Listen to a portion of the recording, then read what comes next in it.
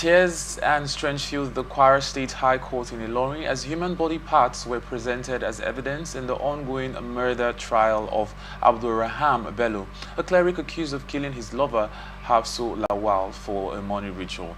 4 out of 16 witnesses testified before Justice Hannah Ajayi, including the deceased grieving father Ibrahim Lawal, who identified his daughter's mutilated hands. The courtroom broke down in tears as a plastic container with the victim's remains released a foul odor. Justice Ajayi halted proceedings briefly and prayed for the grieving father, asking God to preserve his remaining children. Narrating the ordeal, Lawal recounted his daughter's disappearance on 10th February 2025 after attending a naming ceremony. A police investigation later linked her call logs to AbdulRahman, who confessed to the murder and led officers to recover body parts, her blood and personal belongings.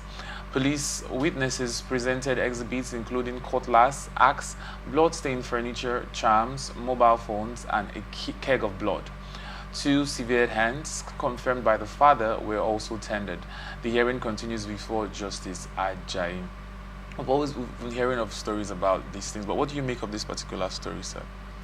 It's terrible. I think this news first broke in, like you said, in February about, I think he's a cleric, it's terrible. But the terrible thing is that the father has been made to go through this horrible experience of coming to identify the body parts of her. Yes, coming to identify the body of his daughter. It's terrible enough. Now he's coming to identify the butchered parts. Now, to this issue of money ritual, I really don't know where it comes from, but it's something society have to work on to, our people just have to be told that the best way to make money is to work hard and maybe invest, work hard, work smart, and invest. That's the way to lasting wealth. And the thing is that society is full of many rich people around, but most of them that are genuinely rich that you can point at, I don't think any of them would boldly come out and say, oh, I became rich through money ritual. So I don't know where this comes from. Now, am I trying to say the ritual doesn't work? Maybe it works, but it's not something, because some people would always argue that, oh, it works, but it's not the way for society to go, for crying out loud. And that's why I like the fact that this has gone to trial. As much as these people are caught, the enablers and the perpetrators should be put to trial, and when convicted, should be made to face the full wrath of the law, because this is terrible. I could feel the pain of the father having to stand to. I'm not even talking of the stench. We don't know the implication of that stench on people's head, but for a man to start identifying the body parts of his child, that's horrific. It's not something anybody wants to experience here. You mentioned that the issue of money ritual and the rest, that you don't know where it stems from. But don't you think, because we've heard a lot of people, especially the young ones these days, complain of coming out of schools and not being able to get a proper or decent paying job. A lot of them, just like you mentioned earlier, have worked hard for years and it's not working. Don't you think that this could be the reason for them going into such, the quick money scheme? Don't you think this could be the reason for them going into such things? Do you think the government has a role to play in this? Because we hear these stories every day. If better jobs are being provided and opportunities are being made for these young people, do you think they would want to go into such things? No doubt there is a societal feeling in our present day world, the issues like you have raised, unemployment and underemployment, so many of these issues there. But I think the major reason why you find people doing these things beyond the employment issues, it's also the moral feeling from the homes and the society at large. The moral and all of that as regards to the people deciding to go into ritual killings and all of that. Yeah.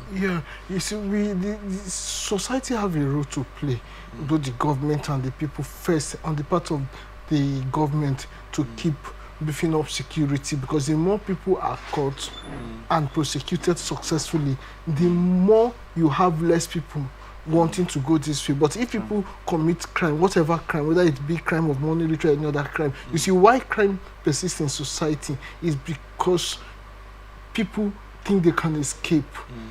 Even the most hardened criminals don't want to be put on trial.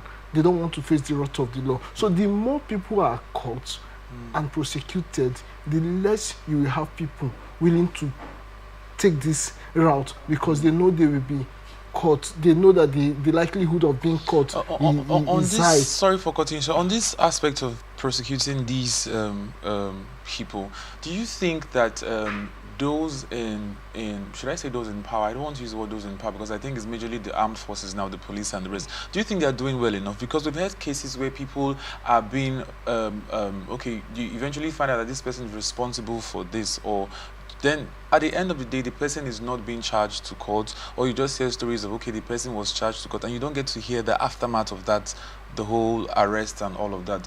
If the police and the forces, if they are doing what they should do, don't you think this whole issue of money ritual, femicide and race, don't you think there will be a reduction in the amounts that we get to hear every day? Well, first, I don't like to exclude those in power. Let me use your word, because I mean, there's a reason why they are in power and are referred to as those in power. They wield the authority, they make the laws and policies and implement them. So if they decide to improve on security, I mean, it's one thing to say, oh, we are working hard on it, but if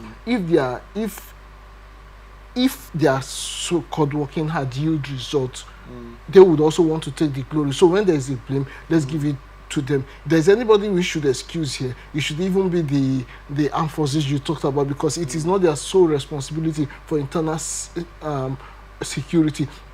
So if they do enough, we would definitely have a reduction in this crime. Now, talking about doing enough, it is not to blame them, like particularly the police. They may have their own shortcomings, but you see, when crime persists in society, it is not solely their business. Like I said, those in power, there are so many. There is a political angle to it, there is a structural angle to it. But the thing is that if we improve our security system, we will go a long way in cutting down on crime, because more people would be arrested and successfully prosecuted. Then there's also the agency, National Orientation Agency.